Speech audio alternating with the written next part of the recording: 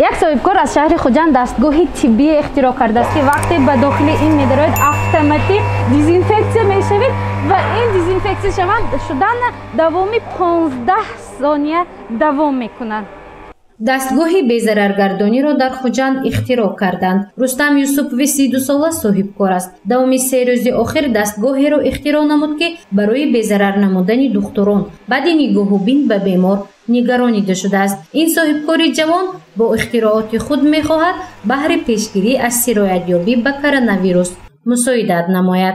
ما با مقصدی که همین برای دخترها سلامتی دخترها نگاه داشتن، برای همین پیشگیری کرونا ویروس ده این چیزا.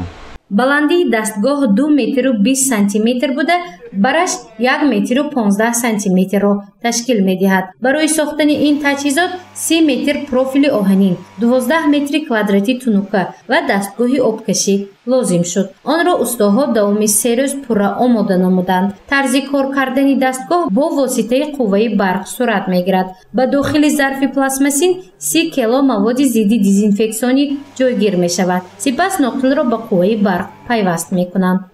برای کرانتین من خانه شدم، کمتر زیق شدم، همین چیزا کنیم گفتم قطعی بچه ها همین چیزا ساختیم، خانه شدم و نشد. حساب نکردیم لیکن حالا مبلغشه.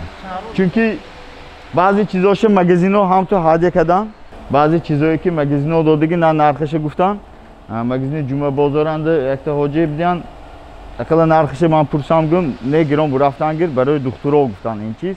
ما چیزی درکار شد با یاردم میکنیم. بعضی چیزاش آبازاری برکت ما هنوشه گفتیم.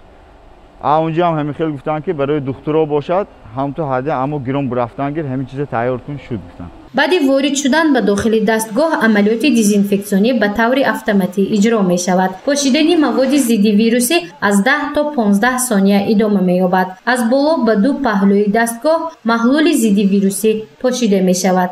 در این مدت تمام سر و لباس و خود شخصی وارد دستگاهی بی‌ضرر گردانیده شده تازه می گردد.